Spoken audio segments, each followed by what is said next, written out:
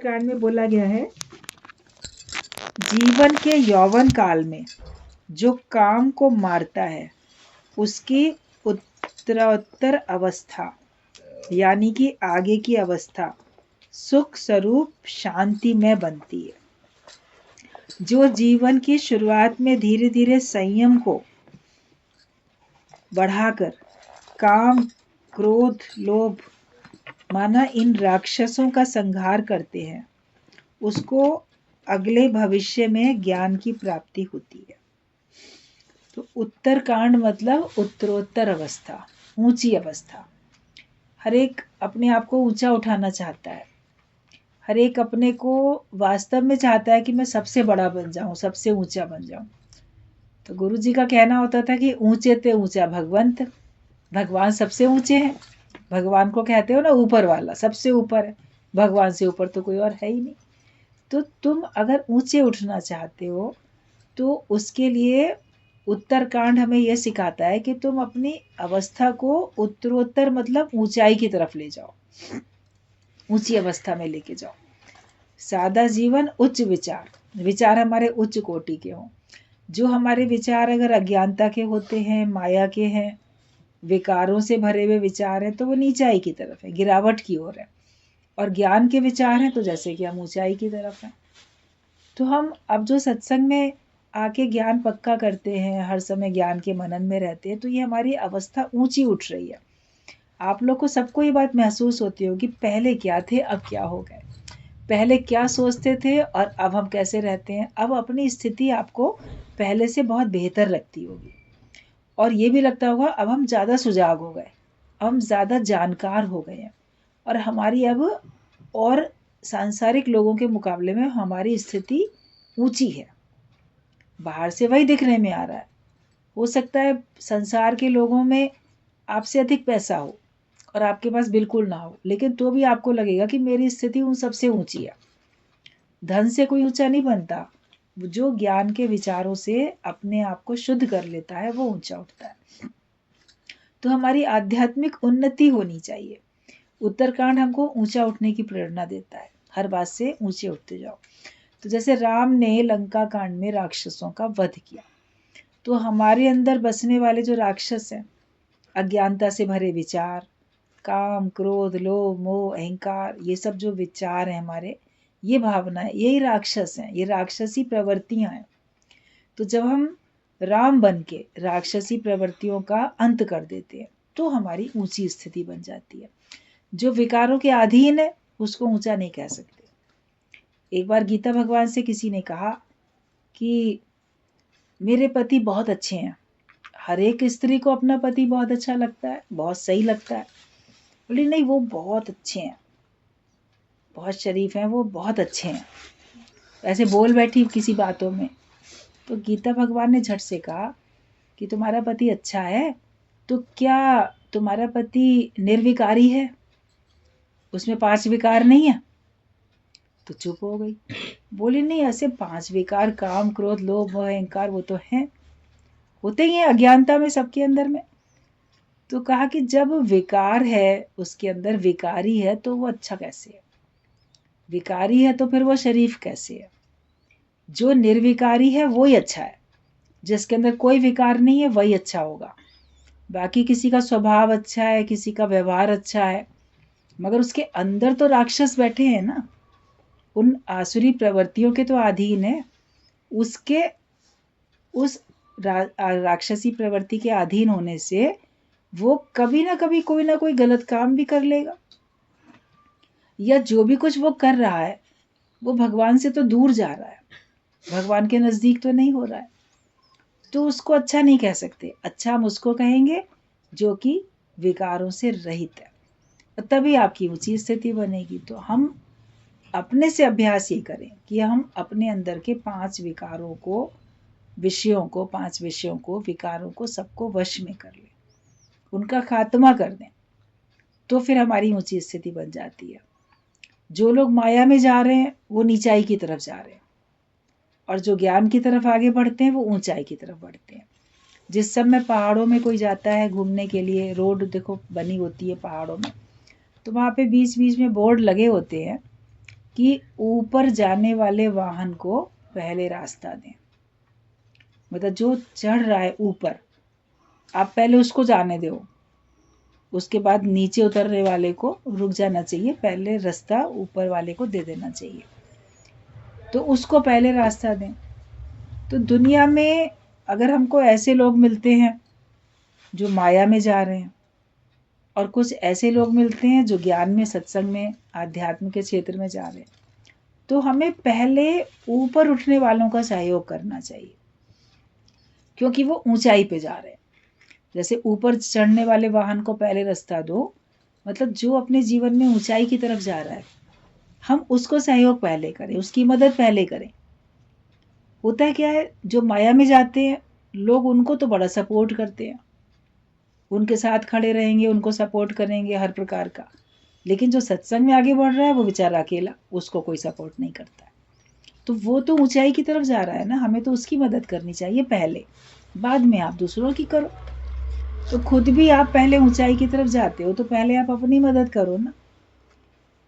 आप अपने अंदर वो विचार रखो जो आपको ऊंचा उठाए, गिरावट वाले विचारों को छोड़ दो, माया की बातों को बाद में स्थान दो। नहीं, पहले मैं अपना काम सत्संग का कर लूं, उसके बाद हम दूसरा काम करेंगे, तभी हमारी ऊंची स्थिति बन सकती है। वरना हमारी स्थिति ऊंची कैसे बनेगी? तो हमारे अंदर जो बसने वाले राक्षस हैं, हमें उनको मारना है। तो जब हम उनको मारते हैं, तब हमारी सुख स्वरूप शांति में स्थिति बनती है। हम हमेशा सुख में रहते हैं, हमारे अंदर कोई विकार नहीं आते, कोई दुख नहीं आता, और हमारे अंदर शांति बनी रहती है। काम, क्रोध, लोभ, मोह, अहंकार, कोई भी विकार आपके अंदर होगा, उसकी वजह से आपकी शांति भंग हो जाएगी। और इसमें काम से ही सब शुरू होता है, इच्छा से, कामना से। कामना पूरी नहीं होती है तो क्रोध आता है, कामना पूरी हो जाती है तो लोभ बढ़ता है। भाई आपकी एक इच्छा पूरी हुई तो लालच बढ़ेगा, और मिल जाए, और हो जाए, और हो जाए, ये होगा। और आप जगत में रहते हो, आपके अंदर में मोह है, तो मोह तुमको रुलाता है। इच्छा होती है कि जिसके प्रति मेरा मोह है वो मेरा कहना माने, वो मेरे साथ रहे, वो जाए नहीं। और ऐसा होता नहीं, आपके बच्चे आपको छोड़ के पढ़ने भी जाएंगे, नौकरी में भी जाएंगे, फिर अपना उनका परिवार हो जाएगा, वो अपने परिवार को लेके भी कहीं चले जाएंगे। तो मोह के कारण आप दुखी होते रहोगे, रोते रहोगे, कभी किसी और वजह से, कभी किसी और वजह से। तो मोह, तेरा ही मोह तुझको कब से रुला रहा है। आंसू भी बहाते हो और भटकते भी रहते हो मोह के कारण से। अहंकार, अहंकार जो है वो भी आपको गिराता रहता है, वो भी आपको जलाता रहता है। लगता है कि अहंकार से हम बड़े सुखी हो रहे हैं, लेकिन वो सबसे ज्यादा गिरावट का कारण है। अहंकारी व्यक्ति परमात्मा से तो दूर है ही, वो संसार में हर एक के प्रेम से वंचित रहता है। उससे सब दूरी बनाना पसंद करते हैं कि ये बड़ा घमंडी है, ये बड़ा अहंकारी है, उससे कोई हृदय से मित्रता रखनी पसंद नहीं करेगा। वो सबके प्रेम से वंचित होता है, और भगवान भी उससे दूर हो जाते हैं। तो उसका तो नुकसान हुआ, वो तो अकेला पड़ गया, ना उसको संसार के लोगों का प्रेम मिलता है, ना उसको भगवान का प्रेम मिलता है। तो हमें अपने अंदर बसने वाले इन राक्षसों को मारना है। संयम अपना रखो और अपनी स्थिति ऊंची बनाते चले जाओ। तो जब हम इन काम, क्रोध, लोभ, इन सब राक्षसों का संहार करते हैं, तब उसको अगले भविष्य में ज्ञान की प्राप्ति होती है। तभी आपको ज्ञान लगेगा। कहते जब तक न मिटेगी वासना, बंधन न तेरा जाएगा। जब तक तुम्हारे अंदर की किसी प्रकार की संसार को पाने की लालसा, वासना बनी रहेगी, तुम्हारे बंधन रहेंगे रहेंगे। और अगर आप अपने को निर्विकारी बनाते हो, तो फिर आप देखो आपका भविष्य सुंदर बनता है। विकार, इच्छाएं, ये सब आपके भविष्य को सुंदर नहीं बनने देंगी, बिगड़ेगा जीवन। लेकिन जब आप बिल्कुल इच्छा रहित हो जाओगे, निरिच्छा, तब आप देखो आपका जीवन बहुत सुंदर है। भगवान भी आपको प्रेम करेंगे और सारा संसार आपको प्रेम करेगा। और जब भी सूक्ष्म वासनाओं का नाश हो जाए तभी आत्म सार्थक होता है। जो हमारा जीवन है सार्थक होता है जब छोटी बड़ी हर प्रकार की इच्छा कामना हमारी समाप्त हो जाए, मन में बसने वाली जो सूक्ष्म वासनाएं हैं उनका भी नाश हो जाए, तब आप देखोगे कि आपका जीवन सफल होता है, सार्थक होता है। जैसे राक्षसों को मारकर राम को सीता मिली, ऐसे ही देह अध्यास काबू होने पर आत्म का राज्य मिलेगा। जब आप अपने जीव भाव को वश में करोगे, देह अध्यास को अपने वश में कर लोगे और अपने विकारों को आप जीत लोगे, तब आपको आत्मा का राज्य मिलेगा। राम को भी तो तब सीता मिली और फिर उसके बाद उसको अयोध्या का राज्य मिला। तो हम भी जब पहले अपने को ऐसा बना लेते हैं कि मेरे अंदर सब अच्छा ही अच्छा है, सब ये आसुरी प्रवृत्ति खत्म हो गई है, तब हमको भगवान की सच्ची भक्ति मिलती है और तब हमको भगवान का पूरा राज्य हमारा बन जाता है। भगवान हमको मिल जाते हैं और भगवान मिलने पे फिर सारा का सारा भगवान का राज्य भी हमको मिल जाता है। हम उसके राज्य के पूरे अधिकारी बन जाते हैं, हकदार बन जाते हैं, उसका हम पूरे राज्य का उपयोग करते हैं। ज्ञानी सारी सृष्टि की सैर करता है और सारी सृष्टि लालायित होती है कि ये मेरे तरफ आए, इसके चरण मेरी तरफ पड़े। तो वो धरती भी, वो स्थान भी अपने आप को सौभाग्यशाली जानता है, क्योंकि वो जानता है कि इस बहाने ब्रह्मज्ञानी मेरे नजदीक में आया, ज्ञानवान मेरे पास आया। मतलब वो भी तीर्थ भी, नदियां भी तभी पवित्र हो जाती है। नदी से पूछा, गंगा जी से पूछा कि सब लोग तुम में अपने पाप छोड़ के जाते, तो तुम तो बड़ी मैली हो जाती हो। राम, तेरी गंगा मैली हो गई पापियों के पाप धोते धोते, तो तुम इतनी मैली हो जाती हो, तुम कैसे अपने को साफ करोगी, फिर कैसे करती हो? तो उसने कहा कि जब मेरे में भक्त आते हैं, भगवान के भक्त, ज्ञानवान आते हैं, ज्ञानी आते हैं, जब वो अपने चरण डालते हैं मेरे में, तो मैं पवित्र हो जाती हूँ। अज्ञानी लोग ने स्नान किया, मैं मलिन हुई, लेकिन ज्ञानियों ने, भक्तों ने स्नान किया तो मैं पवित्र हो गई। तो मेरे में तो सभी लोग स्नान करने आते हैं। और हम भी अपनी मलिनता को धोने के लिए ब्रह्मज्ञानी की शरण में जाते हैं। तो दृष्टांत था कि एक ब्रह्मज्ञानी था, उसका आश्रम था, वहीं पर पीछे एक बहुत बड़ा तालाब था, जहाँ पे कुंड जैसा था, वो झील तालाब। तो वहाँ पे ब्रह्मज्ञानी जाता था, उसके आश्रम के पीछे ही था, तो वहाँ पर ही वो स्नान वगैरह करने के लिए जाते थे। एक बार एक आदमी सवेरे सवेरे, एकदम अंधेरा था, मुंह अंधेरे एकदम निकल के जा रहा था। तो उसने क्या देखा कि 3 भैंस जो हैं वो चली जा रही हैं आश्रम की तरफ, और आश्रम के पीछे की तरफ जाके उसमें तालाब में उतर गई, पानी में, और वहाँ स्नान करने लगी। तो इसने सोचा इतनी सवेरे सवेरे ये किसकी कौन भैंसें हैं ऐसे पानी में चली गई हैं। और थोड़ी देर के बाद वो निकल के बाहर आई और वापस जाने लगी, तो देखा बिल्कुल उजली हो गई, सफ़ेद। अरे ये तो चमत्कार हुआ, ये तो काले रंग की गई थी और सफ़ेद रंग की बन के लौट रही हैं, ये कैसा चमत्कार है? मेरी आंखों का धोखा है या इस पानी में कोई करामात है, क्या है? तो उनके पास पहुंच गया, पूछता है कि आप लोगों को मैंने जाते हुए देखा तो बड़े काली थी और अब बिल्कुल सफ़ेद उजली होके जा रही हो, कौन हो आप लोग और ऐसा कैसे हो गया? तो वो बोलने लगी कि हम लोग गंगा यमुना सरस्वती हैं और संसार वाले हमको मलिन करके जाते हैं, दिन भर हमारे में स्नान करते रहते हैं। हम भी उन लोग के स्नान करने से पहले फिर सवेरे सवेरे हम ब्रह्मज्ञानी के पास आके और उसमें स्नान करके चली जाती हैं, तो हम फिर शुद्ध हो जाते हैं, हमारी मलिनता सारी चली जाती है।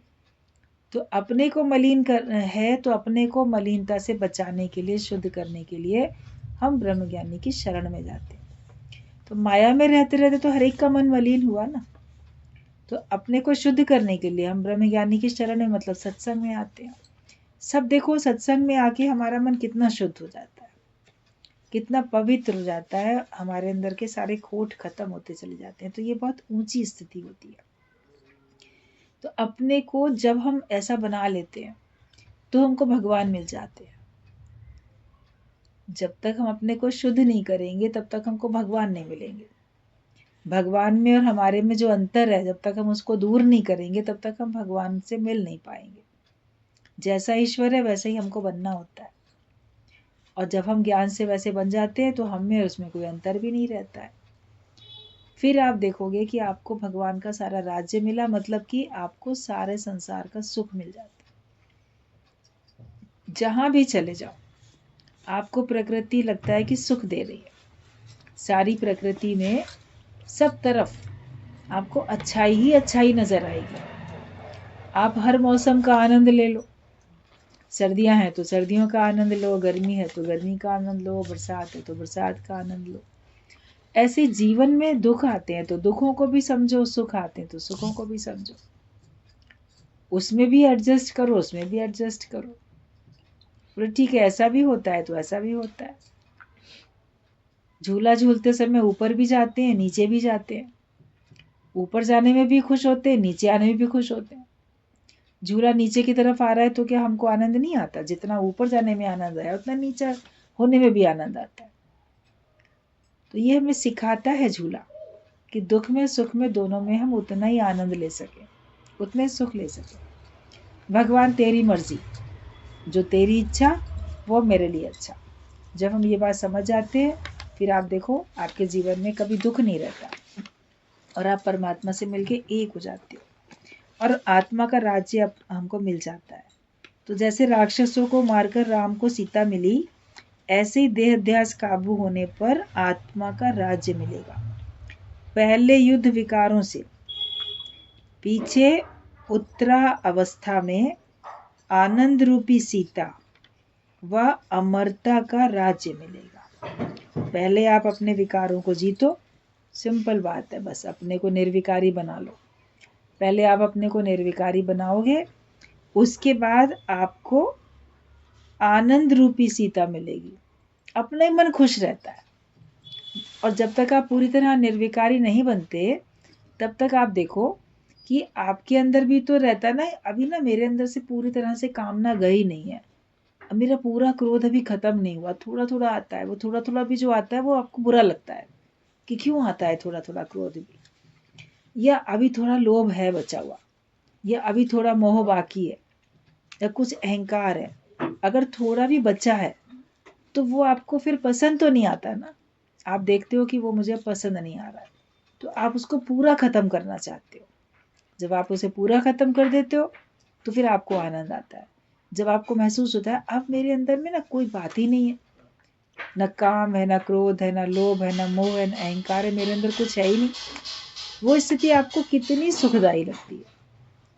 तो जब सारे राक्षसों का अंत हो जाएगा तब आपको आनंद रूपी सीता मिल जाएगी, शांति रूपी सीता मिल जाएगी।